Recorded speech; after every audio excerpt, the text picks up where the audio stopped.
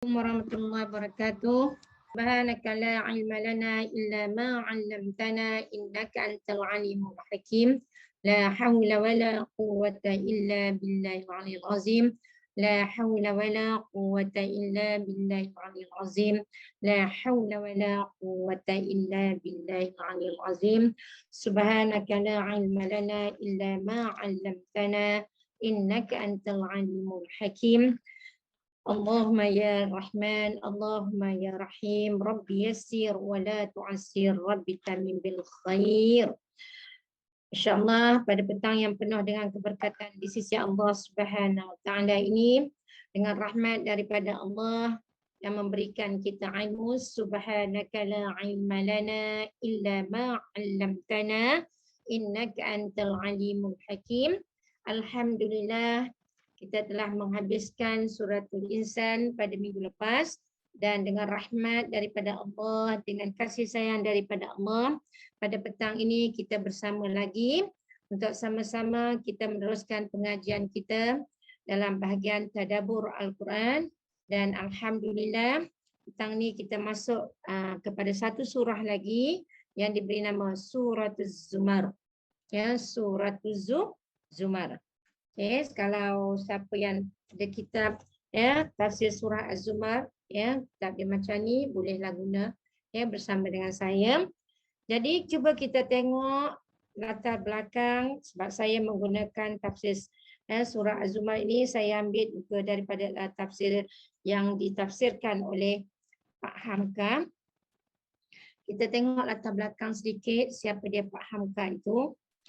Iaitu nama sebenarnya ialah Profesor Dr. Haji Abdul Malik Karim Amrullah, ataupun dengan nama yang paling dikenali ialah Hamka, iaitu lahir di Nagari, ditulis ni, Nagari Sungai Batang, Tanjung Raya, Kabupaten Agam, Sumatera Barat pada 17 Februari 1908.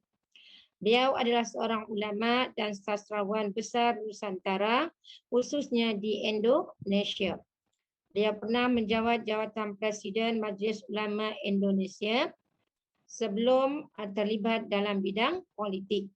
Antara karya beliau yang terbesar yang pernah dihasilkannya ialah tenggelamnya kapal Wijik. Kemudian di bawah lindungan Kaabah, kitab ni dulu sangat popular, di bawah lindungan Kaabah. Kemudian tasawuf moden, sejarah umat Islam, dan tafsir Al-Azhar. Dan beliau telah dijemput oleh Allah Subhanahu Wa Taala di Indonesia, di Jakarta pada 24 Julai 1981.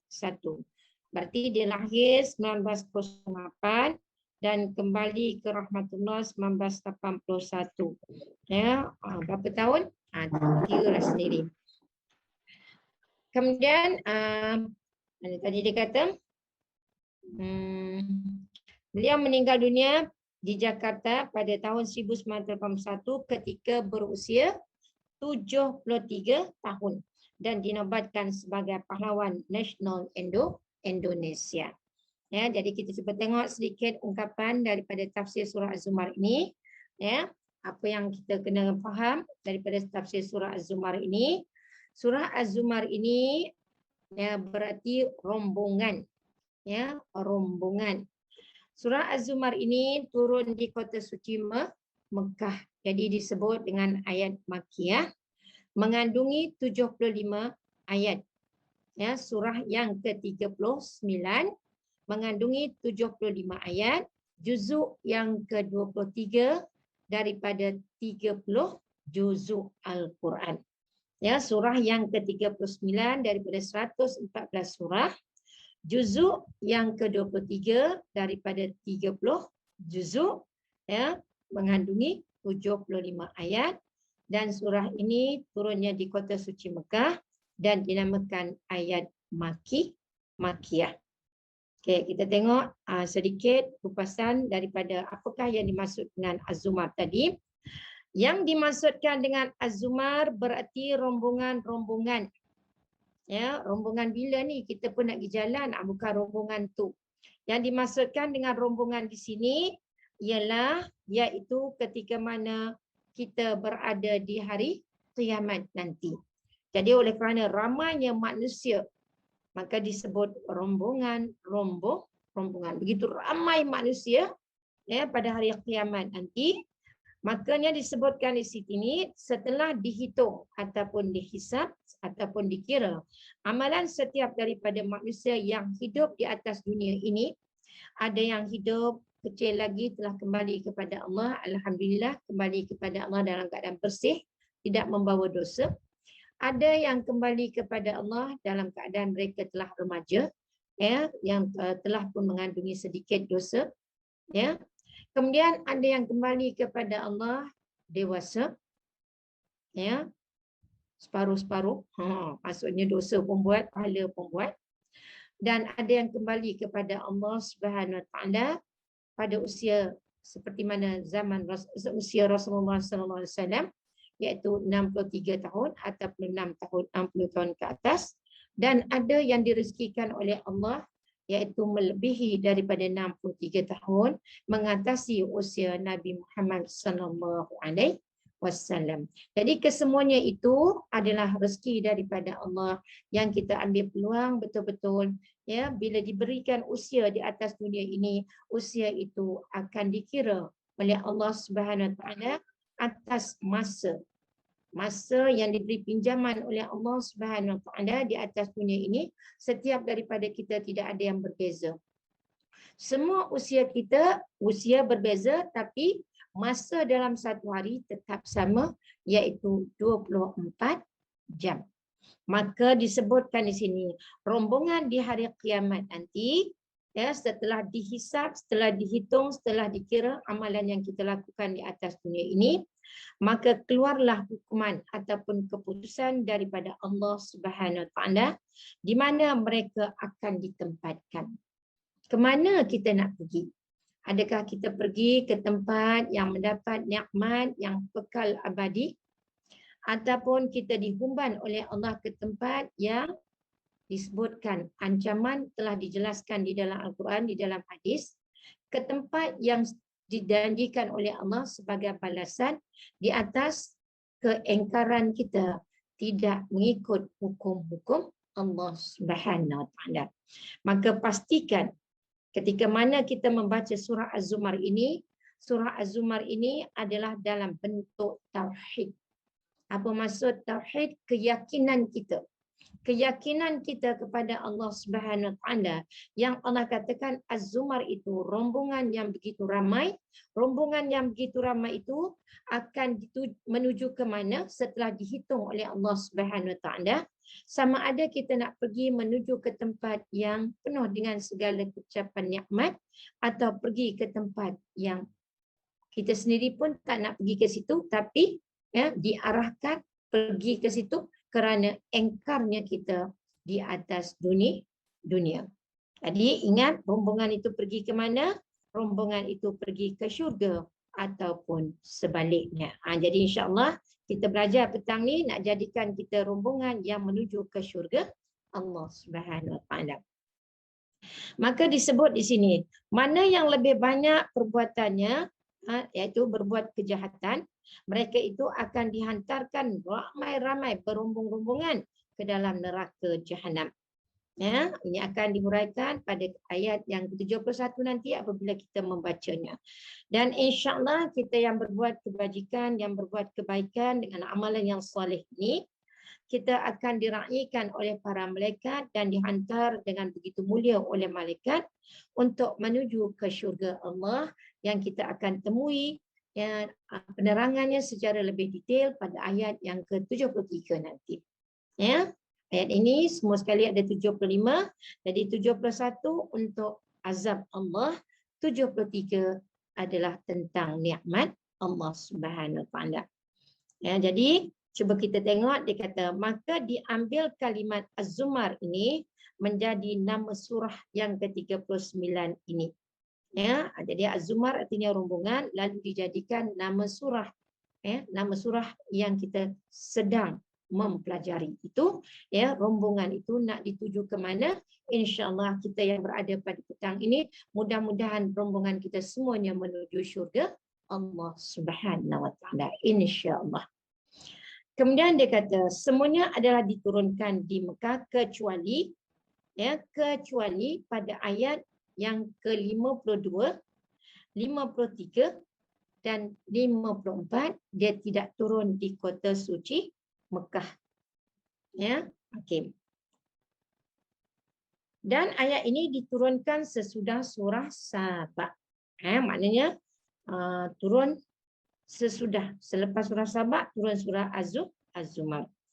Kemudian dikatakan sebagai satu surah yang diturunkan di Mekah dan bicara yang paling ditekankan ialah mengenai soal akidah. Ya, mengenai akidah yang setiap hari kita membaca dihuraikan secara lebih terperinci, iaitu mengenai kalimah iyyaka na'budu wa iyyaka nasta'in. Kita baca suratul Fatihah, kita akan temui pada kalimah iyyaka na'budu wa iyyaka nasta'in. Akan Allah kita sembah dan kepada Allah juga kita meminta.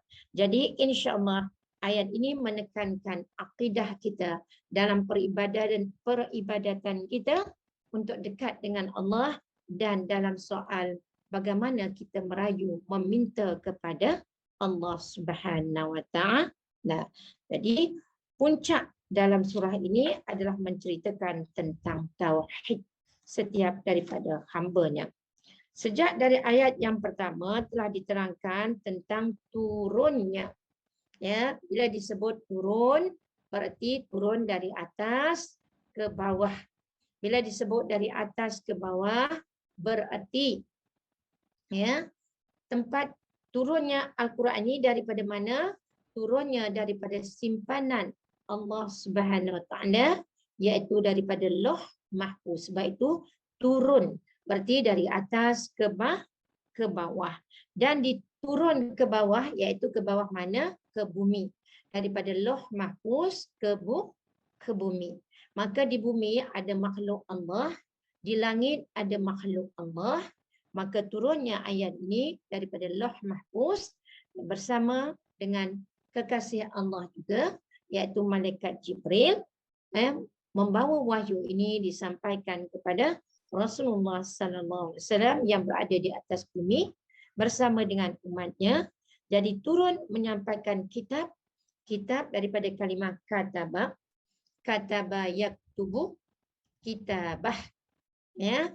Kemudian kita tengok daripada kataba, kalau kataba tulis, ya, yaktubu sedang menulis, kitabah ialah tulisan.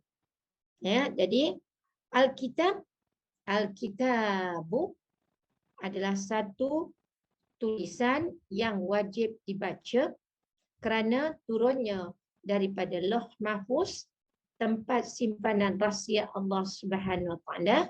Jadi rahsia Allah itu Allah ceritakan melalui Al-Quranul Karim, dan rahsia Allah itu adalah untuk orang-orang yang beriman yang meyakini bahawa nanti kita akan bertemu dengan satu hari yang disebut hari perhimpunan. Ya, Yaumul Mahsyar, hari yang kita berhimpun di padang mahsyar, dan pada hari itu Allah yang bersifat Maha Perkasa, Maha Bijaksana akan menghimpunkan kita secara beramai-ramai, namun perbicaraannya adalah bersendirian. Ya. Kemudian ini adalah intro untuk kita faham sebelum kita masuk kepada surah Az-Zumar. Ini pendahuluan daripada cerita surah Az-Zumar. Nanti kita masuk kepada ayat pertama, ayat kedua, ketiga sampailah ayat yang ke-75. Ya, jadi kena faham sebelum kita nak masuk kepada ayat yang pertama. Jadi kalau ditanya cerita tentang Az-Zumar, kita yang berada dalam majlis ilmu petang ini kita dah faham. Surah Az-Zumar itu ada berapa ayat? Ada 75 ayat. Ya, surah Az-Zumar itu turun di mana? Di kota suci Mekah, kecuali pada ayat yang disebutkan tadi, iaitu pada ayat 52, 53 dan 54 dia bukan turun di kota suci Mekah, selainnya semua turun di kota suci Mekah. Kemudian ayat ini terkandung pada juzuk yang ke-23, ya, surah yang ke-39, ya, dinamakan suratul Makkiyah. Jadi bila ditanya semua kita dah dapat jelas. Alhamdulillah. Turun setelah surah Sabah. Ya. Cerita yang paling penting ialah bab aqidah. Ya, iaitu keyakinan kita nantinya kita akan dihimpunkan beramai-ramai dan disebut Az-Zumar, cerita mengenai rombongan manusia yang akan menuju ke mana nak dituju setelah setelah diadili oleh Allah Subhanahu Wa Taala, sama ada nak menuju ke sebelah kanan atau ke sebelah kiri, menuju ke tempat yang bahagia ataupun tempat yang menerima azab sengsara. Itulah cerita mengenai Az-Zumar. Kemudian kita teruskan lagi. Dia kata apa? Dengan menyebutkan dua sifat dalam surah Az-Zumar ni, menceritakan sifat Allah Subhanahu Wa Taala. Yang pertama, Allah bersifat dengan perkasa. Apa maksud perkasa?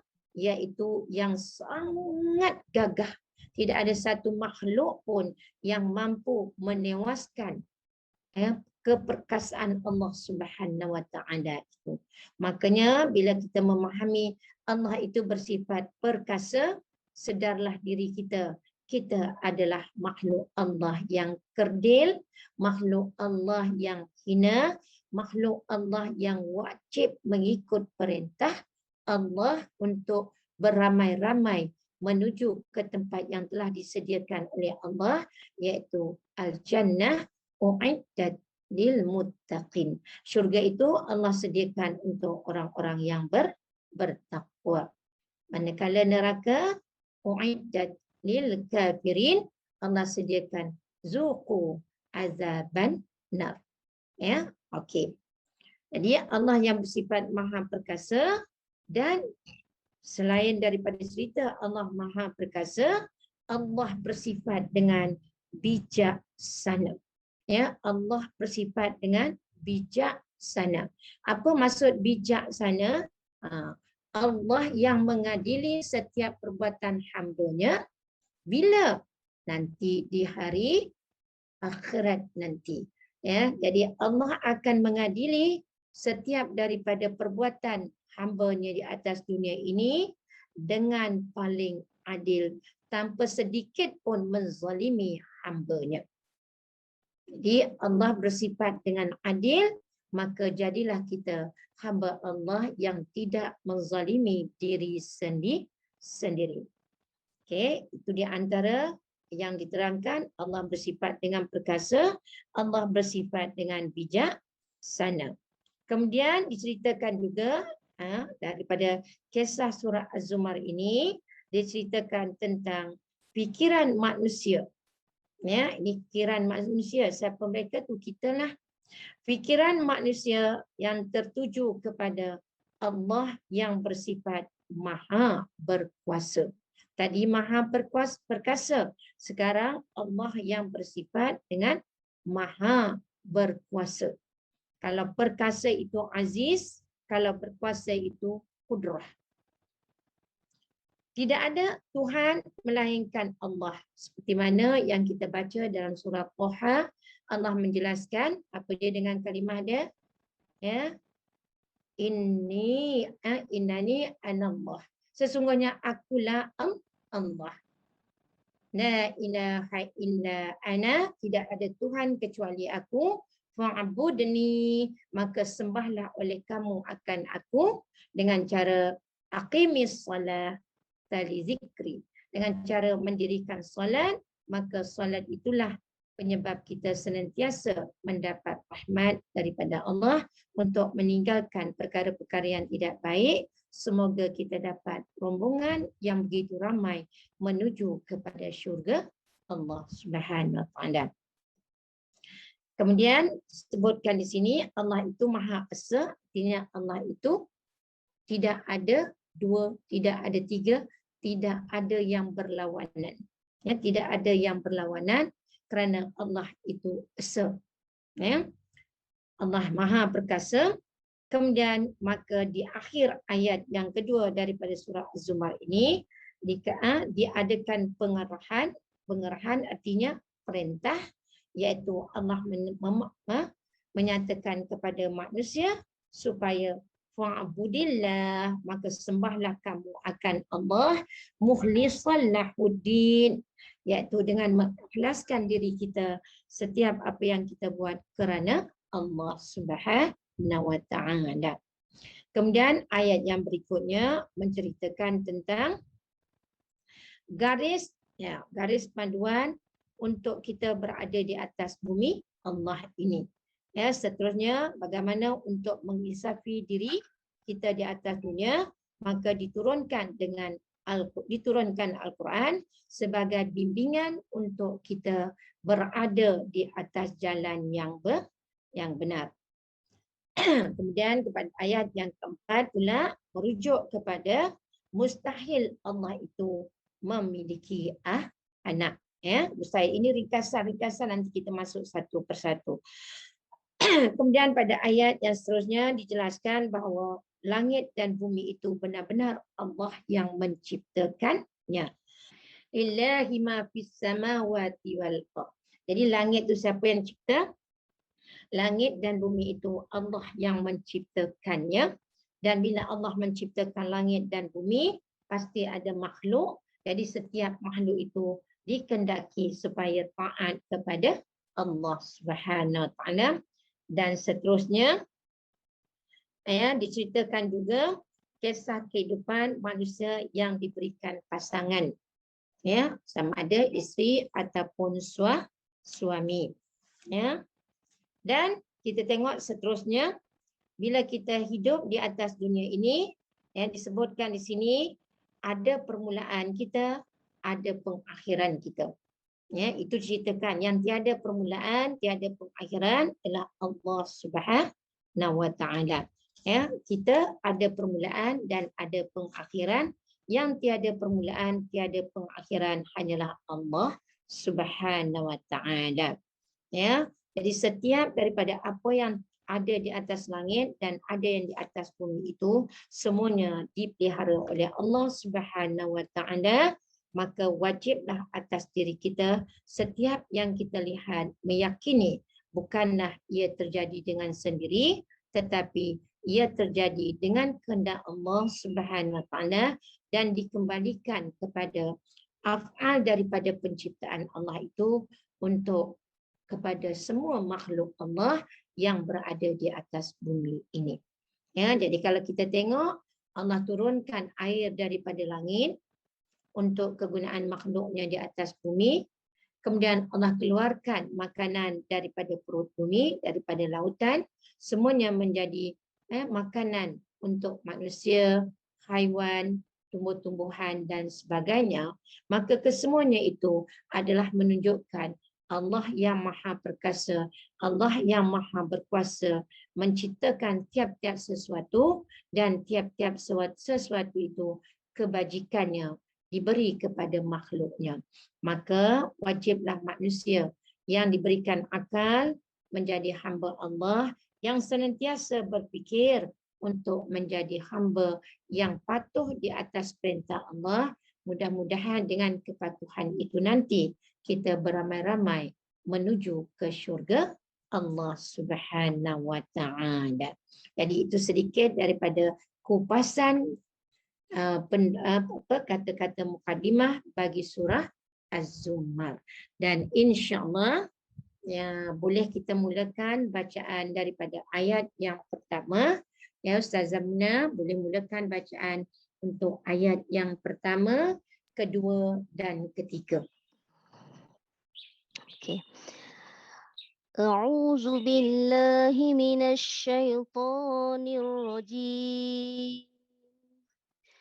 Bismillahirrahmanirrahim. Tanzilul kitab minallahil azizil hakim.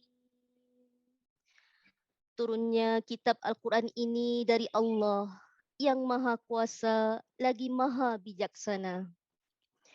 Inna anzalna ilaikal kitaba bil haqqi fa'budillaha mukhlishan lahuddin. Sesungguhnya kami menurunkan Al-Quran ini kepadamu, wahai Muhammad, dengan membawa kebenaran. Oleh itu, hendaklah engkau menyembah Allah dengan mengikhlaskan segala ibadat dan bawaanmu kepadanya. Ala lillahi dinul khalis walladzina اتخذوا من دونه أولياء ما نعبدهم إلا ليقربونا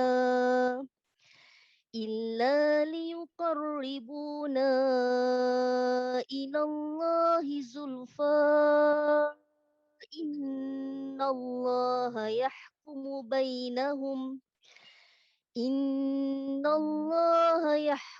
بينهم فيما هم فيه يختلفون إن الله لا يهدي من هو كاذب كفار. Ingatlah, hak yang wajib dipersembahkan kepada Allah ialah segala ibadat dan bawaan yang suci bersih, yaitu dari segala rupa syirik. Dan orang-orang musyrik yang mengambil selain dari Allah untuk menjadi pelindung dan penolong, sambil berkata, kami tidak menyembah atau memujanya, melainkan supaya mereka mendampingkan kami kepada Allah sehampir-hampirnya. Sesungguhnya Allah akan menghukum di antara mereka dengan orang-orang yang tidak melakukan syirik tentang apa yang mereka berselisihan padanya. Sesungguhnya Allah tidak memberi hidayah petunjuk kepada orang-orang yang tetap berdusta, yaitu yang mengatakan yang bukan-bukan, lagi sentiasa kufur dengan melakukan syirik. Barakallah, jazakillahu khairan katsiran. Alhamdulillah, syukur kepada Allah Subhanahu wa taala. Maka telah bermulalah daripada surah Az-Zumar. Bismillahirrahmanirrahim. Dengan lafaz yang paling agung, yang paling mulia, yang membawakan keberkatan di dalam jiwa kita, ketenangan di dalam hati kita, untuk kita benar-benar menjadi hamba Allah yang senantiasa mendapat rahmat dengan sifat Allah yang maha pemurah, dengan sifat Allah yang menyayangi hambanya, maka dipimpin oleh Allah Subhanahu wa taala dengan petunjuk yang paling benar melalui kalamullah. Maka pada ayat yang pertama ini Allah turunkan dengan kalimat tanzilul kitab. Tanzil, ya, tanzil itu adalah masdar daripada kalimah nazzala yunazzilu tanzil. Tanzil itu adalah tempat yang ketiga, iaitu masdar. Dan di sini tanzilu itu adalah mudhaf, al-kitab itu adalah mudhafun ilaihi, maka dipahami turunnya apa? Turunnya Al-Quran. Ya, seperti dari awal tadi bila kita baca, kita faham turun mesti turun daripada atas ke bawah. Ya, yang turun dari atas ke bawah itu kalau kita tengok di sini bukan turun daripada pokok. Ya, bukan turun daripada bangunan. Tetapi yang kita wajib faham turunnya adalah dengan kehendak Allah, dengan sifat Allah yang maha pemurah, maha penyayang, maha memberi petunjuk, maha perkasa, maha berkuasa, ya, maha segala-galanya. Maka Allah turunkan apa yang Allah turunkan daripada tempat yang paling mulia, iaitu Lauhul Mahfuz, tempat simpanan segala rahsia Allah, dan tempat catatan Al-Quran yang paling lengkap di situ, iaitu daripada tempat yang paling mulia yang tidak dibinasakan oleh Allah Subhanahu wa taala. Maka daripada Lauh Mahfuz ataupun Lauhul Mahfuz itu Allah turunkan Al-Quran. Ya, jadi Al-Quran ini kita dah tahu turunnya Al-Quran itu berperingkat-peringkat. Yang pertama turun daripada Lauhul Mahfuz ke Baitul Izzah. Kemudian turun secara beransur-ansur. Seperti yang mana kita ketahui, inna anzalnahu fi lailatul qadr. Ya, Allah turunkan pada malam Lailatul Qadar. Sebab itulah malam Lailatul Qadar itu menjadi begitu mulia. Sesiapa yang menemui malam Lailatul Qadar dijanjikan oleh Allah Subhanahu Wa Taala 83 tahun senantiasa dalam keadaan mereka beramal. Semestinya tempat bagi mereka ialah syurga Allah Subhanahu Wa Taala. Jadi beramallah dengan sebuah kitab yang Allah turunkan daripada tempat yang paling mulia, dan Allah turunkan nak diletakkan Al-Quran itu di mana? Nak diletakkan di dalam hati setiap hamba-Nya yang beriman kepada Allah. Jadi dengan sebab itu jangan Al-Quran ini diletak tempat yang mulia, kita pun tinggi-tinggi, kita gantung-gantungkan Al-Quran itu. Ya, gantung Al-Quran tempat tinggi bagus, sekali-sekali tengok macam kat rumah saya, yang bila saya pandang ke depan ada kalimah Allah, ada kalimah Muhammad, ada kalimah wa may yattaqillah yaj'al lahu makhraja, dekat sini ada kalimah laqad ja'akum rasul dan sebagainya. Kalau tengok kat sana ada kalimah Allah, kat situ ada kalimah Qul a'udzu birabbil falaq, tengok kat sini Qul a'udzu birabbin nas, tengok kat situ Qul ya ayyuhal kafirun. Jadi pandangan dalam rumah kita, pandangan melihat ayat suci Al-Quran. Tak apa.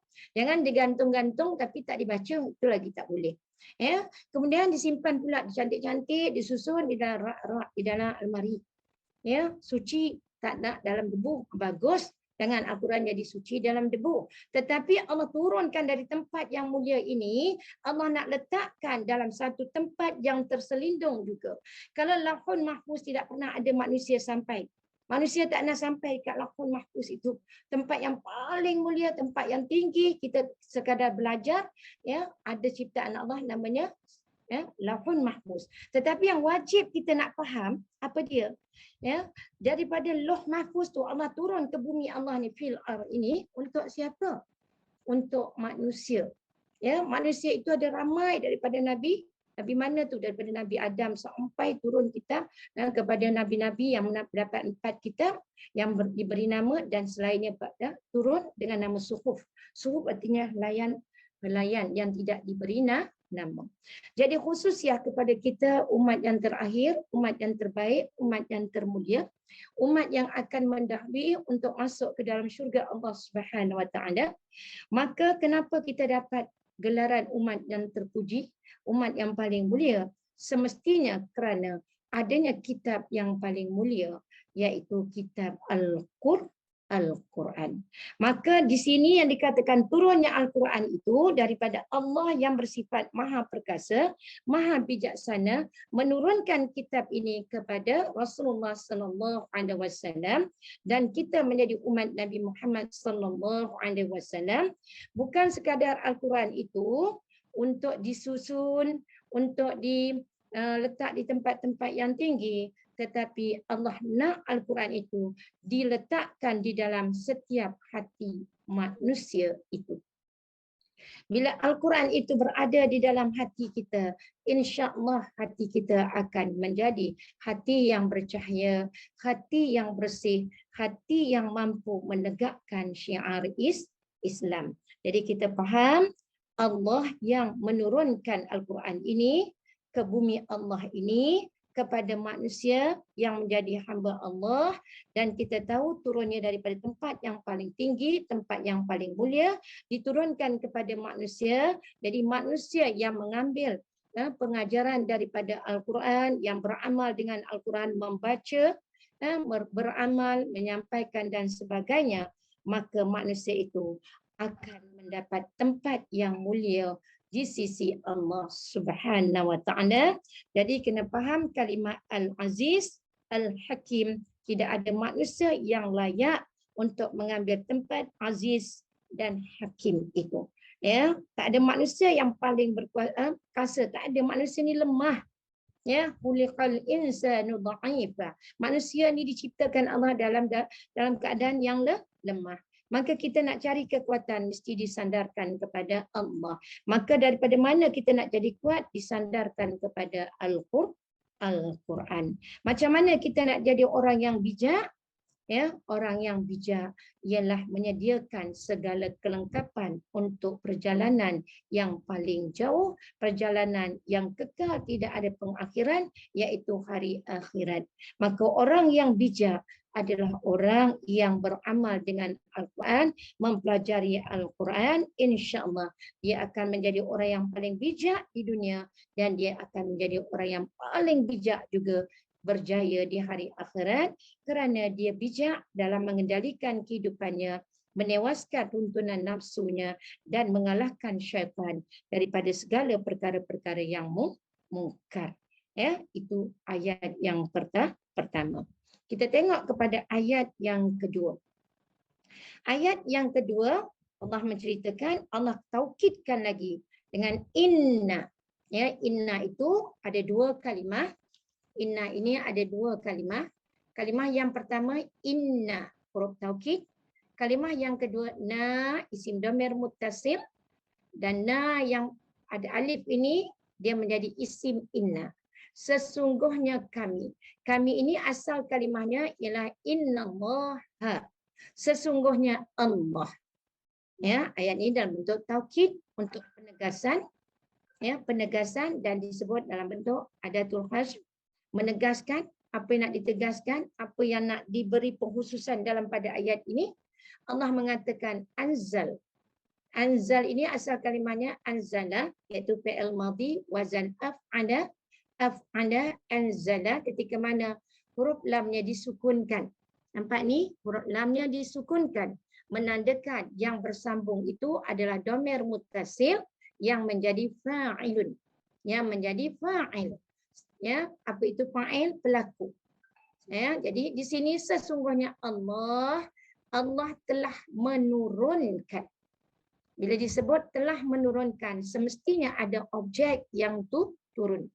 Ya, nah ni kami ni kembali kepada kalimah Allah.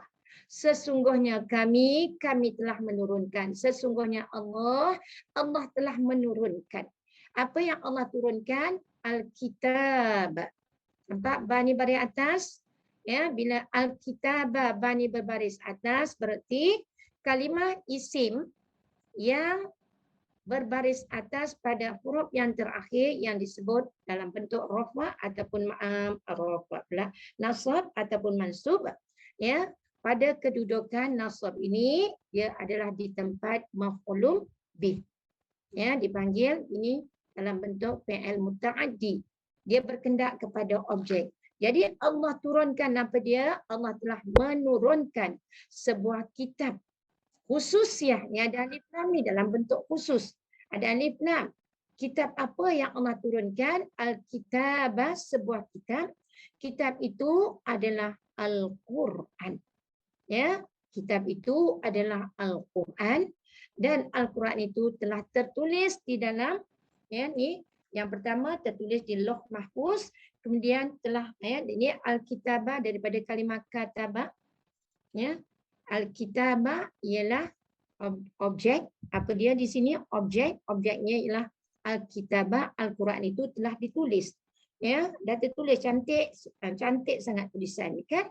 Dan bila telah ditulis, hendaklah dibaca. Dah dibaca, hendaklah dipahami. Setelah dipahami, hendaklah disampaikan.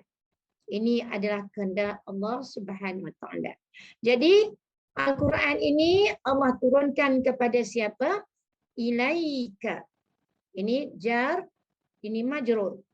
Ya, ini harfu jar, ini isim dhamir yang bersambung dengan harfu jar, namanya majrur.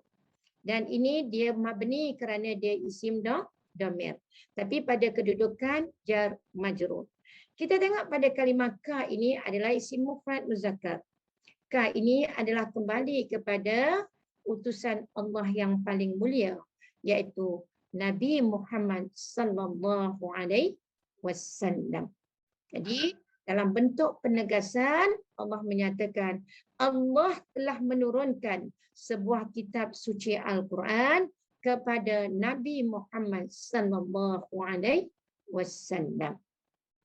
Okey, ni dah faham satu-satu. Inna dua huruf. Pertama huruf taukid, na isim inna, Ayat ini dalam bentuk penegasan dan pengkhususan. Kemudian datang dalam bentuk fi'il madhi. Anzal ini fi'il madhi. Wazan 4 huruf. Na ni menjadi fa'ilnya. Fa'ilnya adalah Allah. Allah telah menurunkan Al-Kitabah, sebuah kitab suci Al-Quran. Objek yang Allah turunkan ialah Al-Quran. Kepada siapa Allah turunkan? Kepada Nabi Muhammad sallallahu alaihi wasallam. Kemudian kita tengok bil haqqi. Ya, bil haqqi. Ya, bi harfu jar ada alif lam. Al haqqi. Ya, dengan kebenaran. Jadi bukan Al-Quran ini rekaan daripada Nabi Muhammad sallallahu alaihi wasallam. Benar-benar Al-Quran ini diturunkan kepada Rasulullah untuk membawa sekalian manusia ke jalan yang benar. Untuk membawa manusia daripada sifat menyengutukan Allah Subhanahu wa taala, daripada perkara-perkara yang melakukan sekutu bagi Allah Subhanahu wa taala. Bil haqqi. Kebenaran itu datangnya daripada siapa? Kebenaran itu datangnya daripada Allah Subhanahu wa taala apabila kamu beriman kepada kitab suci Al-Quran. Ya, apabila kita beriman kepada Al-Quran, maka kita benar-benar yakin Al-Quran itulah panduan sebagai untuk menuju, untuk ada talian antara kita hamba kepada makhluknya. Jadi talian itu diikat dengan, bila kata kita ada talian, kita talian dengan Allah, hablum minallah. Bila talian hablum minallah itu mesti diikat dengan Alkitab, dan Alkitab ini adalah nama lain bagi Al-Quran. Jadi benar-benar Allah telah menurunkan sebuah kitab suci Al-Quran kepada Nabi Muhammad SAW dengan tujuan untuk membawa manusia ke jalan yang benar, meninggalkan sifat-sifat menyekutukan Allah Subhanahu wa taala daripada sembahan, yang sembahan itu adalah daripada makhluk Allah yang dicipta oleh tangan-tangan mereka sendiri. Okey, kemudian kita tengok pada kalimah fa'budi. Asal kalimah ni, fa ni satu kalimah, ya. Kemudian ini u'bud. U'bud ini adalah fi'il amar. Apa maksud u'bud? Dalam kalimah u'bud ini dari sukun, ya. Tulis catat aja. InsyaAllah nanti ada rezeki kita sambung lagi pengajian Lughatul Arabiah kita. Ini fa ni satu kalimah, maka ya, nak bagi tahu bila ada Al-Quran itu telah mengajar kita semua sekali, ya, hukum-hukumnya, apa yang Allah datangkan hukum itu melalui Al-Quran, dan dilengkapkan hukum-hukum itu melalui penerangan daripada Nabi Muhammad SAW.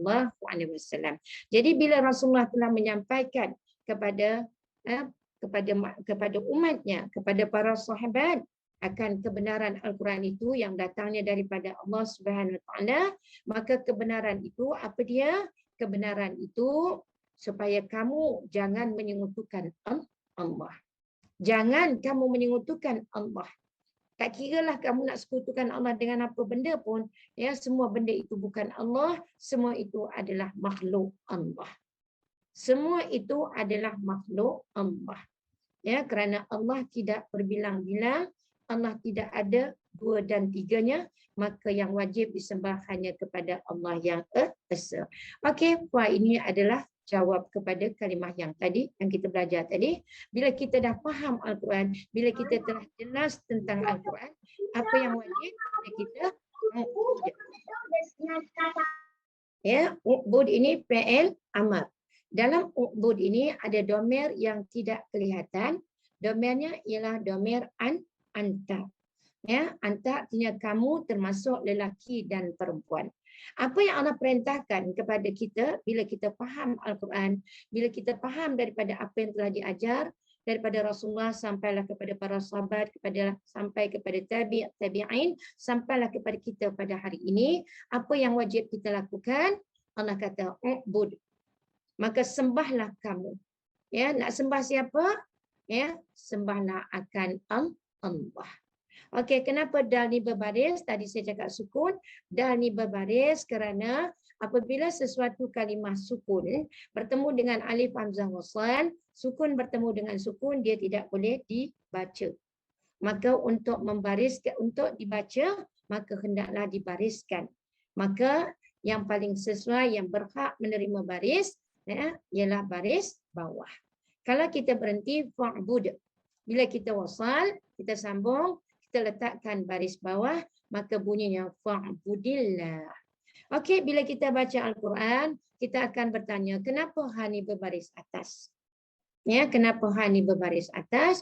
Jawapannya, kalau ba ni berbaris atas, objek yang diturunkan ialah Al-Quran.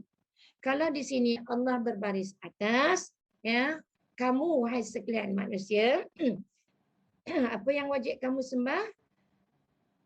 Yang wajib kamu sembah, yang wajib kamu taati, ya, ialah Allah Subhanahu wa taala.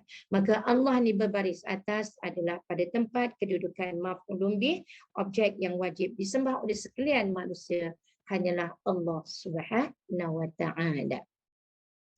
Bila kamu menyembah Allah, ya, mesti dalam keadaan jangan jadi orang munafik. Ya, mereka berpura-pura menyembah Allah. Allah tak nak macam tu. Ya, tetapi bila kita melakukan sesuatu ibadah, dalam keadaan bagaimana? Allah kata mukhlisa. Kalau kita berhenti mukhlisa, kalau kita sambung jadi idgham bilahun, nah mukhlisal lahuddin. Ya, hendaklah kamu benar-benar mengikhlaskan diri kamu, ya, kepadanya, iaitu kepada Allah, dan kita kena ingat kita menyembah Allah atas dasar apa dia? Atas dasar kita sebagai seorang hamba. Kita adalah hamba, kita dihidupkan oleh Allah Subhanahu wa taala, dan kita hidup di atas dunia ini tak lama. Kita hidup hanya sekejap saja, dan peluang kita hidup di atas dunia ini hanya sekali sahaja, dan setiap apa yang kita lakukan di atas dunia ini, Allah memerintahkan setiap perbuatan kamu itu hendaklah kamu menyembah Allah dalam keadaan mengikhlaskan setiap perbuatan kamu itu kerana Allah Subhanahu wa taala. Okey, apa saja yang kamu buat, apa saja yang kamu lafazkan, apa saja di dalam hati kamu, niatkan benar-benar kerana Allah Subhanahu wa taala. Mukhlisal lahuddin. Ya, benar-benar apa yang kamu buat, benar-benar meletakkan diri kamu kepada Allah untuk mendapat kebahagiaan yang kekal abadi di hari akhirat nanti. Selagi mana kamu bernama manusia, kamu dihidupkan oleh Allah, kamu wajib mentaati perintah Allah, dan Allah memerintahkan diri kita, ya, supaya ikhlas di dalam diri kita. Jangan kita berdusta terhadap diri sendiri, jangan kita jadi orang yang zalim, jadilah kita orang yang ikhlas terhadap setiap sesuatu. Okey, ada yang nak tanya sampai ayat yang kedua ini? Ada yang nak tanya? Ada yang nak tanya? Tak ada. Okey, kalau tak ada tak apalah. Nah, kita teruskan. Okey, saya bacakan daripada kitab Tafsir Hamka ni sedikit. Dia kata apa? Bahawa segala kegiatanmu di dalam hidup, maknanya di atas dunia, timbul daripada kesedaran jiwamu, tidaklah terlepas daripada agama. Agamanya agama apa? Agamanya ialah innad dina indallahil Islam. Agamanya ialah agama Islam, agama yang sejahtera, agama yang benar, agama yang selamat, agama yang mententeramkan diri kita, ya, untuk senantiasa berbahagia, bukan sekadar di dunia, tetapi kita nak bahagia yang kekal abadi. Kemudian dikata segala perbuatanmu hendaklah dijadikan pengabdian kepada Allah Subhanahu wa taala, jangan dicampuri kepada pengabdian yang lain. Maksudnya jangan kita menjadi hamba kepada wang ringgit, harta benda, anak-anak atau siapa sahaja. Yang kita hanya menjadi hamba kepada Allah, yang bila kita menjadi hamba kepada Allah, kitalah orang yang akan mendapat sanjungan daripada Allah Subhanahu wa taala. Oleh sebab itu, hendaklah dipasang niat yang murni sejak semula.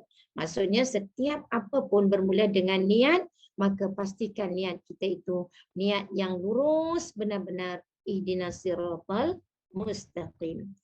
Kerana ibadah atau pengabdian bukanlah semata-mata salat atau duduk iktikaf di dalam masjid. Bahkan ketika petani menghayunkan cangkulnya di ladang, pembajak menghalau sapinya di sawah, nelayan melemparkan kailnya di laut, semuanya itu adalah termasuk ibadah kepada Allah. Bila sejak semula telah diatur niat melaksanakan perintah Allah, asal hidup hendaklah beramal. Bila terhenti amalan kita, apabila kita kembali kepada Allah Subhanahu Wa Taala. Selagi mana kita hidup, kena jadi orang yang mengikut perintah Allah. Jangan jadi orang yang mengikut hawa nafsu. Jangan jadi orang yang mengikut syaitan laknatullah. Pastikan setiap apa yang kita, setiap langkah kita, setiap gerak-geri kita, Allah senantiasa melihat. Allah senantiasa mendengar. Allah senantiasa mengetahui. Pastikan setiap gerak-geri kita itu mendapat keredaan Allah Subhanahu Wa Taala. Dia kata, Allah itu esa, tidak dia bersekutu dengan yang lain. Ya, Allah itu esa yang disebut tadi, innani anallah. Ya, sesungguhnya akulah Allah. Sebab itu maka tujuannya pun mestilah satu. Bila kita buat, tidak ada 2, 3 tujuan kita. Tujuan kita hanyalah satu. Ya, itulah yang dirumuskan dengan kalimah la ilaha illallah. Yang kita sering kata afdalu zikri fa'lam annahu la ilaha illallah. Ya, la ilaha illallah. Ya, la nafi lil jinsiyah. Menafikan semua apa saja yang ada di atas dunia ini bukannya Tuhan. Kerana Tuhan, ya, Tuhan itu tidak sama sekali menyerupai makhluk. Laisa kamilihi syai'. Ya, Allah itu tidak menyerupai dengan sesuatu. Maka kalau mereka menyembah sesuatu objek yang dapat dilihat, itu bukanlah Tuhan. Kerana Allah Subhanahu Wa Taala tidak menyerupai makhluk. Ya, jadi setiap apa yang kita lafazkan, ya, yang kita buat mesti menjurus kepada kalimat tauhid, iaitu mengagungkan Allah, mengesahkan Allah dengan kalimat la ilaha illallah. Mudah-mudahan di saat manapun, di tempat manapun kita berada, di tempat tinggi, di tempat rendah, sendirian atau ramai, senantiasa kita berada dalam rahmat-Nya. Kerana setiap masa, setiap ketika, selagi mata kita celik, kita senantiasa di dalam hati, senantiasa berzikir, mentauhidkan Allah Subhanahu Wa Taala. Sebab itu pula maka dalam ayat yang lain Allah berfirman bahwasanya agama di sisi Allah hanyalah Islam, iaitu innad dina 'indallahil Islam. Kalau tidak Islam, tidaklah agama. Maksudnya kalau bukan Islam, itu bukan agama.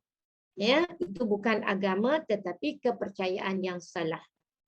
Siapa pun yang bukan menyembah Allah, itu bukan agama tetapi kepercayaan yang salah.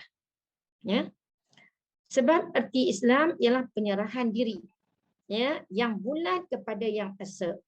Maka kalimat Islam, kalimat tauhid, kalimat ikhlas adalah mengandungi satu maksud. Semuanya maksudnya menuju, kalau disebut Islam, Islam itu milik Allah. Kalau disebut tauhid, tauhid artinya Allah yang esa. Ikhlas, setiap apa saja mesti mengikhlaskan, bukan kerana manusia tetapi kerana Allah Subhanahu Wa Taala. Kemudian dalam ayat ini juga Allah menegaskan tentang orang yang menyekutukan Allah yang lain dengan Allah. Ya, dosa besar tidak diberikan ampunan oleh Allah Subhanahu Wa Taala, mereka akan kekal di dasar neraka Allah Subhanahu Wa Taala. Dan orang-orang yang mengambil selain dari Allah akan jadi pelindung, ya. Dan orang-orang yang mengambil selain dia akan jadi pelindung. Tak kiralah siapa pun manusia, kalau dia berlindung selain daripada Allah yang kita selalu sebut, tapi wallahu alam kita beramal ataupun tidak. Kita sebut selalu tapi kadang-kadang kita tidak beramal. Apa yang kita sebut? Kita sebut a'udzu billahi minasyaitonir rajim.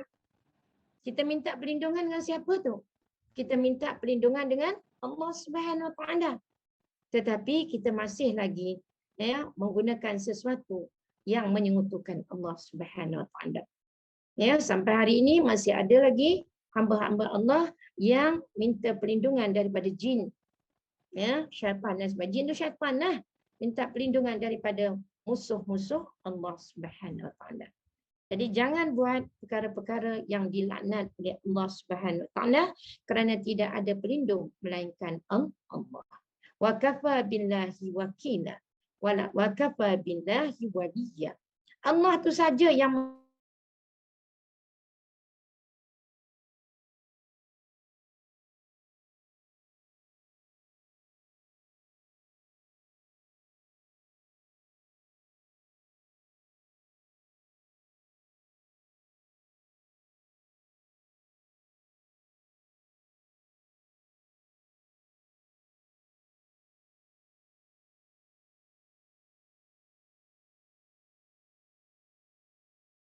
nak numpang lalu.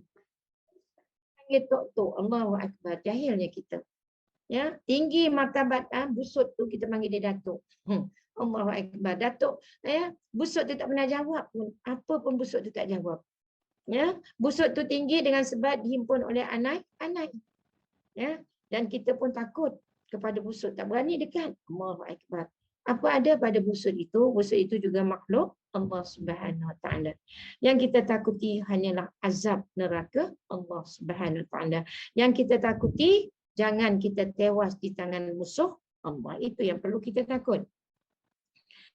Kemudian dikata di dalam pembelaan diri kita, mereka mengakui memang Allah itu esa adanya, tiada dia bersekutu dengannya, tetapi kata-kata mereka itu kerana Allah itu sangat tinggi, tidaklah akan sampai orang semacam kita yang hina di dunia, hina dina itu akan mencapai dia kalau tidak ada perantaraan atau orang pengantar. Apa maksudnya di sini?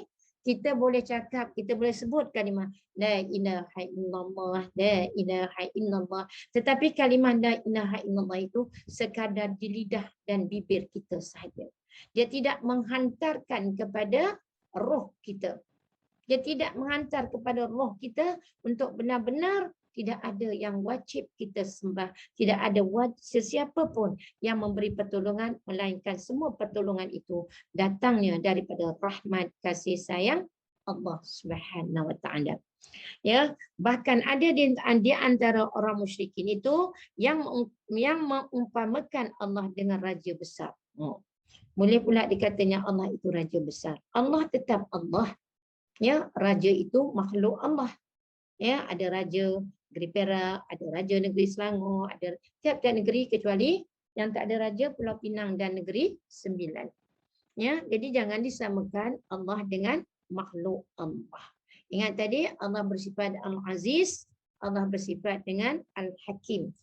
Bila kita belajar sesuatu ayat, sesuatu surah, jangan putus. Tadi kita belajar Allah yang bersifat Maha Perkasa, Allah yang bersifat Maha Bijaksana. Jadi sifat Allah yang Maha Perkasa, Maha Bijaksana itu menyebabkan kita mesti jadi orang yang bijak untuk selamat dunia dan selamat akhirat, insya-Allah. Kemudian dikata di sini, betapa bodohnya orang yang mencari perantaraan atau pengantar untuk mendekatkan diri kepada Allah. Kita nak dekat dengan Allah tak payah ada perantaraan. Terus direct kepada Allah Subhanahu Wa Taala. Contoh kita mendirikan solat, pada ketika kita berdiri tegak menjadi rukun fi'li, kita angkat tangan kita tanda membesarkan Allah. Kita mengangkat tangan kita. Tangan diangkat itu hukumnya sunat bukan wajib. Tetapi kenapa disuruh kita melakukan perkara yang sunat itu? Kerana itulah tanda kita membesarkan Allah Subhanahu Wa Taala. Kita menghinakan diri kita di sisi Allah Subhanahu Wa Taala.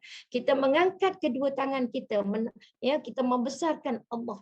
Tidak ada yang lebih besar daripada Allah Subhanahu Wa Taala, dan pada kita ketika itu kita benar-benar menghinakan diri kita di sisi Allah.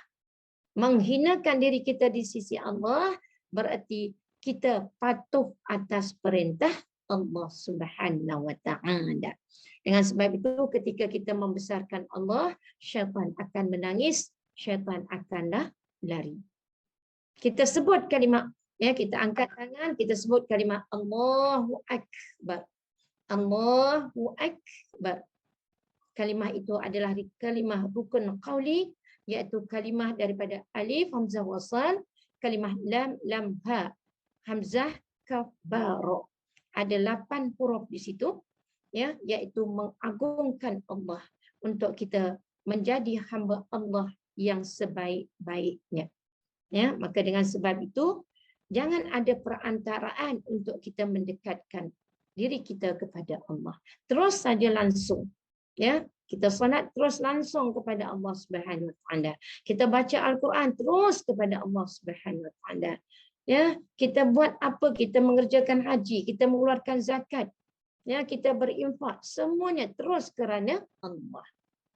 Terus. Kenapa keluarkan zakat? Kerana Allah. Kenapa menunaikan haji? Kerana Allah. Kenapa baca Al-Quran? Kerana Allah. Kenapa tutup aurat? Kerana Allah. Kenapa bercakap yang baik-baik? Kerana Allah Subhanahu Wa Taala. Kenapa mesti wajib berkasih sayang? Kerana Allah Subhanahu Wa Taala. Jadi kalau kita perhatikan setiap sesuatu, merujuk semua kerana Allah, semua kerana untuk mendapat keberkatan di dunia dan kerahmatan di hari akhirat nanti, insya-Allah. Jadi jangan ada perantaraan. Orang yang ada perantaraan itu menggunakan kuasa-kuasa makhluk Allah, maka perbuatan itu tidak akan dicatat sebagai amalan yang soleh, tetapi dicatat sebagai dosa yang besar. Ya, menggunakan perantaraan makhluk Allah tidak dibenarkan. Ya, tidak dibenarkan. Menggunakan kuasa jin, menggunakan kuasa sihir dan sebagainya. Ya, maka dengan sebab itu, ya, dia kata apa? Sesudah itu selanjutnya Allah berfirman, sesungguhnya Allah akan memutuskan di antara mereka pada barang yang mereka perselisihkan. Ya, apa yang mereka perselisihkan? Ya, tidak benar-benar yakin.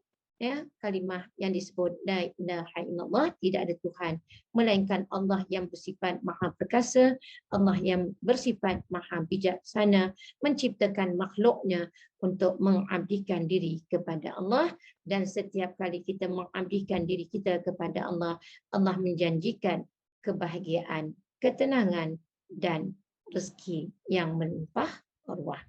Kemudian kita tengok kepada ayat yang ketiga daripada surah Az-Zumar, disebut di sini ayat yang ketiga, ala lillahi dinul khalis. Ya, jadi Allah nak suruh kita jadi orang yang pandai. Ya, jadi orang yang bijak. Ya, jangan tewas dengan nafsu.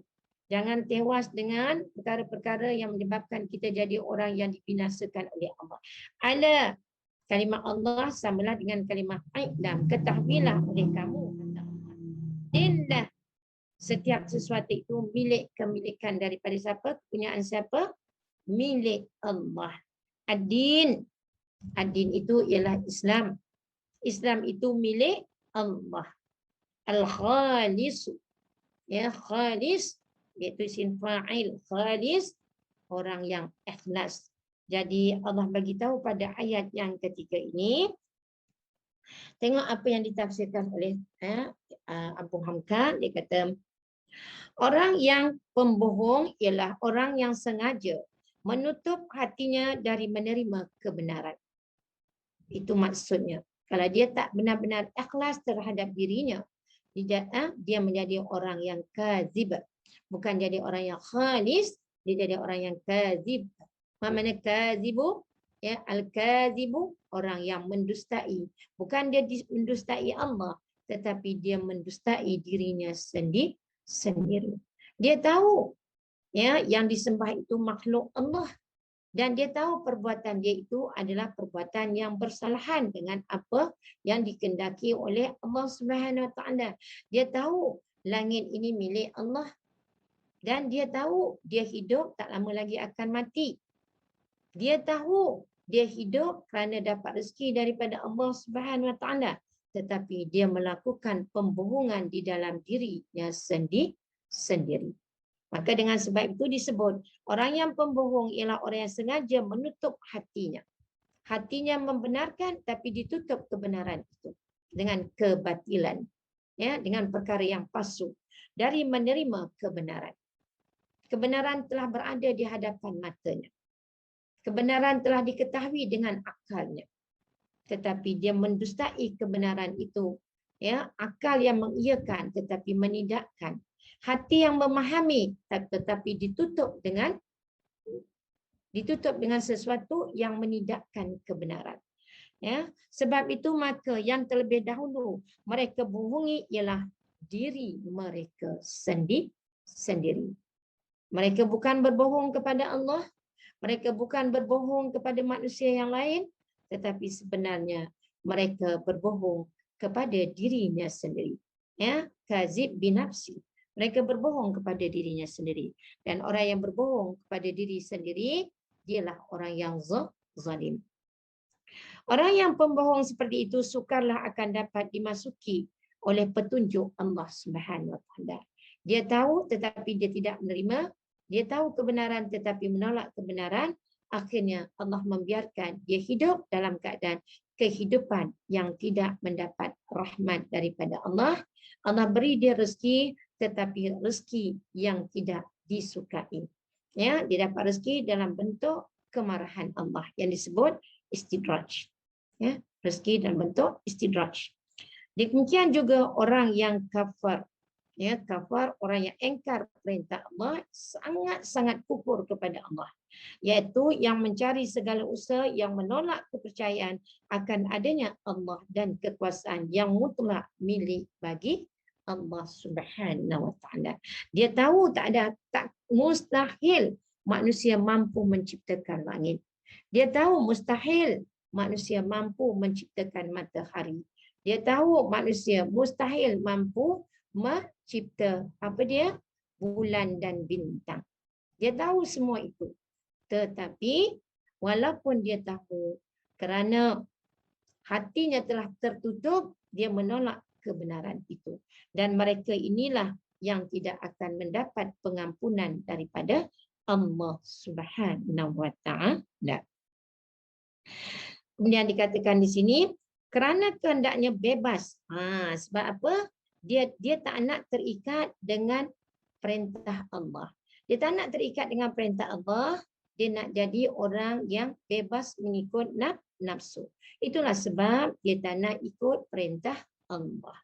Tidak ditentukan oleh orang lain. Dia tak nak arahan daripada orang lain. Ya, orang lain itu siapa? Ya, kalau dulu Rasulullah sampaikan hukum hakam itu, apa tak perasan apa soalannya ya. Okey, boleh je kalau ada persoalan tekan mute tu, insya-Allah boleh tanya ya. Kalau ada persoalan boleh bertanya. Silakan kalau ada kemusykilan, kerana kita belajar sekarang ni, kita belajar bab akidah. Bab akidah adalah bab yang sangat penting, kerana akidah lah yang menyelamatkan kehidupan kita di dunia ini untuk dapat mati dalam kalimah la ilaha illallah. Ya. Jadi kalau tak faham tanya. Terus kan dia tanyalah insya-Allah. Ustazah. Ya saya. Saya Mama Sahira. Saya nak tanya, Ya. kalau kita menunaikan segala perintah Allah ni, memanglah kerana niat kita, tapi niat kita tu kita takut dengan azab dia. Adakah ia sama erti dengan kita buat tu kerana Allah? Okey. Ya, iman seseorang ini berbeza-beza. Kalau iman Rasulullah, ya, dah tentulah semua yang dibuat lillahi ta'ala, sebab itulah Allah jadikan dia utusan daripada Allah Subhanahu Wa Taala. Setiap apa yang Rasulullah buat, semuanya benar-benar mukhlis, ya, benar-benarlah mengikhlaskan diri dia lillahi ta'ala, kerana Allah.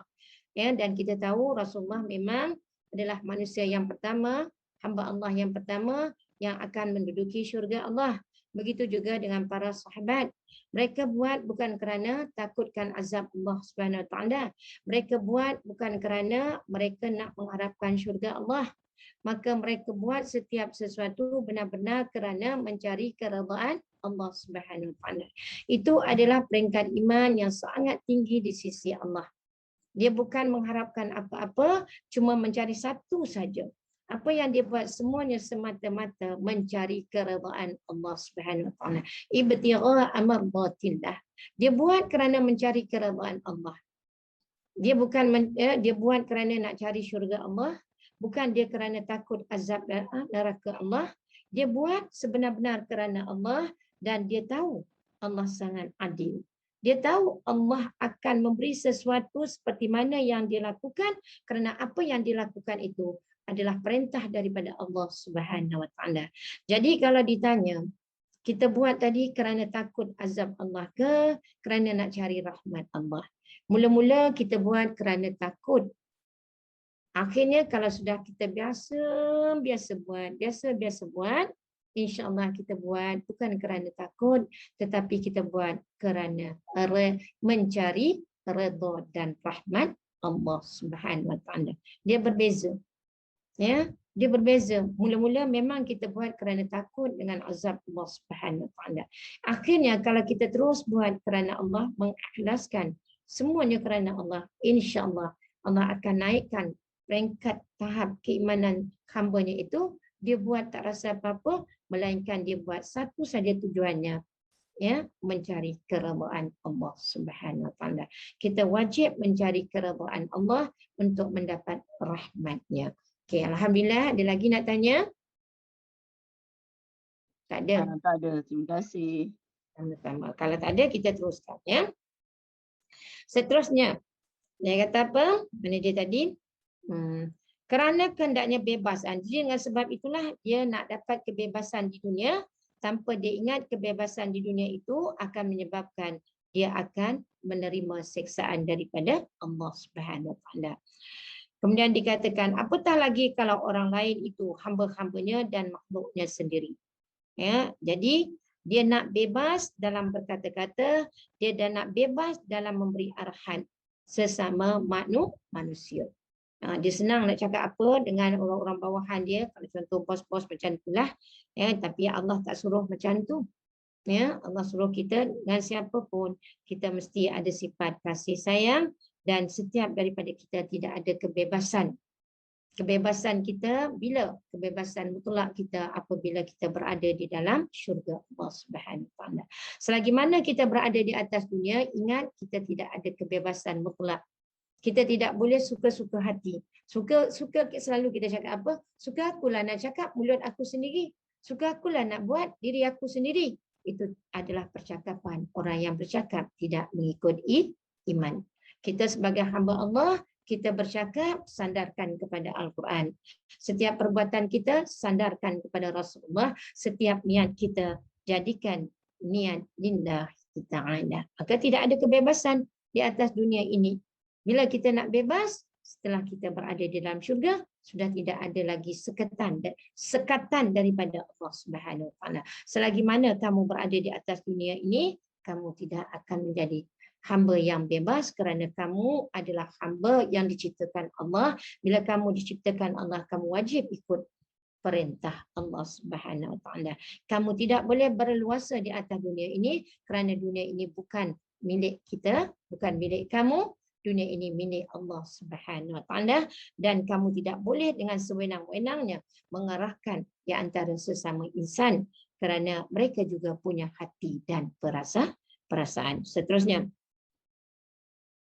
tidak seorang pun yang berhak menentukan atau memilihkan manusia yang akan menjadi anak Tuhan. Na'udzubillah min zalik. Ya, kita orang yang beriman kena yakin, kul huwallahu ahad, Allahus samad, lam yalid wa lam yulad wa lam yakul lahu kufuwan ahad. Ini sifat orang yang beriman. Walaupun ayat itu ringkas tetapi begitu padat. Ayat itu adalah ayat benar-benar ayat ketauhidan kita kepada Allah Subhanahu Wa Taala. Maka Allah Maha Suci daripada menyerupai makhluk. Makhluk saja yang mempunyai anak, Allah tidak mempunyai anak. Ya, Allah itu esa. Bila esa, dia tidak perlu kepada yang lain. Amat sucilah dia. Tabarakallah. Tabarakallah. Maha suci Allah. Tabarakallah. Kita selalu sebut Tabarakallah. Tabarakallah itu kembali kepada Allah. Maha suci Allah. Jangan guna kalimat tabarakallah itu kembali kepada manusia. Kalau kita nak kembali kepada manusia, jangan sebut tabarakallah.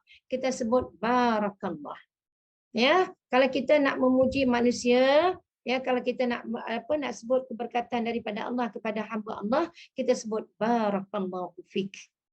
Ya, Allah memberi keberkatan kepada kamu. Tapi bila kita nak ya, meletakkan tempat Allah yang maha suci, kita sebut tabarakallah. Ya, tabarakallah. Kerana akan disebut sini kerana akan beranak adalah dia mustahil. Mustahil Allah itu memiliki anak kerana anak itu adalah benda kena cipta. Ya, benda kena cipta. Jadi anak itu diciptakan Allah, bukan anak Allah, tetapi anak-anak manusia. Manusia melahirkan zuriat keturunan. Dan zuriat keturunan yang lahir itulah disebut zuriat keturunan daripada Adam alaihissalam yang satu itu. Okey, bezanya mengikut keturunan. Kalau daripada Nabi Nuh, keturunan Nabi Nuh. Kalau Nabi Ibrahim, daripada Nabi Ibrahim. Kita daripada Nabi Muhammad SAW, keturunan daripada umat Nabi Muhammad SAW. Ya, jadi mustahil Allah itu beranak, mustahil sama sekali, kerana beranak itu adalah sifat makhluk dan beranak itu sifat yang lemah. Allah bersifat dengan sifat kamilah, sifat yang sempurna. Memohon anak pun tidak, kerana semuanya adalah makhluknya, terjadi atas kehendak Allah Subhanahu Wa Taala. Jadi Allah yang berkehendak ya untuk manusia itu mempunyai anak, tetapi Allah tidak beranak dan tidak diperanakkan. Okey, seterusnya kita tengok sifat Allah yang maha gagah yang disebut Al-Aziz tadi ya. Akan segala sesuatu dia maha gagah, maha perkasa, sehingga tunduk tidak dapat membantah. Kita tengok, kita yang suka membantah. Kita tengok makhluk Allah yang besar-besar. Makhluk Allah yang besar-besar yang kita tidak dapat melihat, tetapi kita wajib belajar dan kita wajib beriman. Ya, kita wajib beriman. Kita tengoklah makhluk Allah yang besar. Tengok langit begitu luas. Kita tengok matahari yang menyinari bumi. Kita lihat bulan yang menyinari malam. Kita lihat bintang-bintang. Itu benda yang besar-besar. Tetapi mereka sangat patuh kepada perintah Allah Subhanahu Wa Taala. Mereka sangat kuat. Ya, kalau kita tengok langit ini didukung oleh para malaikat dengan kehendak Allah Subhanahu Wa Taala. Tetapi ada tak mereka engkar perintah Allah? Tidak. Itulah yang disebut akan segala sesuatu dia maha gagah. Allah maha gagah menciptakan makhluknya. Ya, dan makhluk yang berada di atas yang gagah-gagah dengan kehendak Allah itu sedikit pun tidak pernah menyekutukan Allah, berbanding dengan makhluk yang berada di atas bumi ini banyak yang menyekutukan Allah daripada yang mengesakan Allah Subhanahu Wa Taala. Dan dikata di sini mahu ataupun tidak mahu, dan tidak ada yang tidak mahu. Kamu nak mengakui kebesaran Allah atau tidak, Allah tetap maha agung. Allah tetap maha perkasa. Allah tetap maha sempurna. Allah tetap maha bijaksana. Sama ada kamu beriman atau tidak beriman, tidak sedikit pun mengurangkan kekuasaan Allah Subhanahu Wa Taala.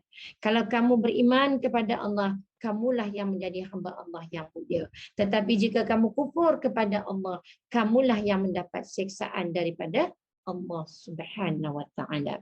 Ya. Itu daripada yang tadi tu kita baca ayat berapa? 3. Okey, sambung Ustazah Muna, boleh lagi baca ayat yang keempat. Ya, boleh lagi teruskan kepada ayat yang keempat. Ya. Baik. Ayat keempat. A'udzu billahi minasyaitonir rajim. Bismillahirrahmanirrahim.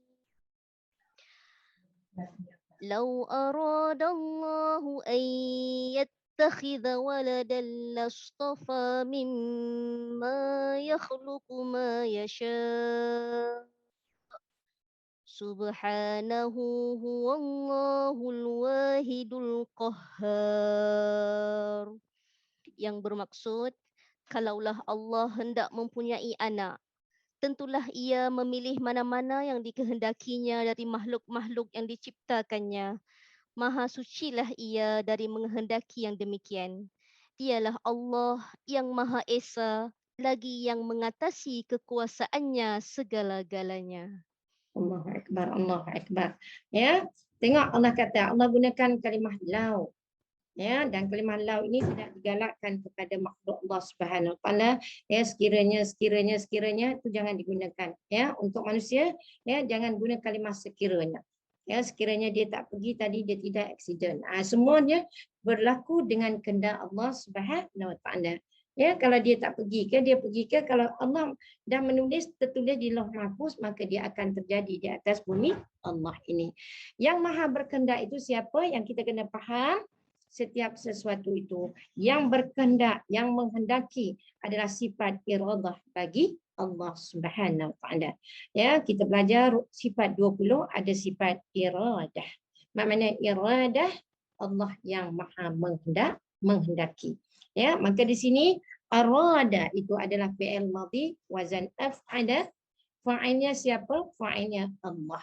Ya, bagaimana kita boleh faham fa'ilnya adalah kalimah Allah? Ya, kita tengok Allah ini huruf terakhirnya dhammah. Ya, pada kedudukan marfu yang sebelum kalimah Allah ini adalah fi'il madhi arada.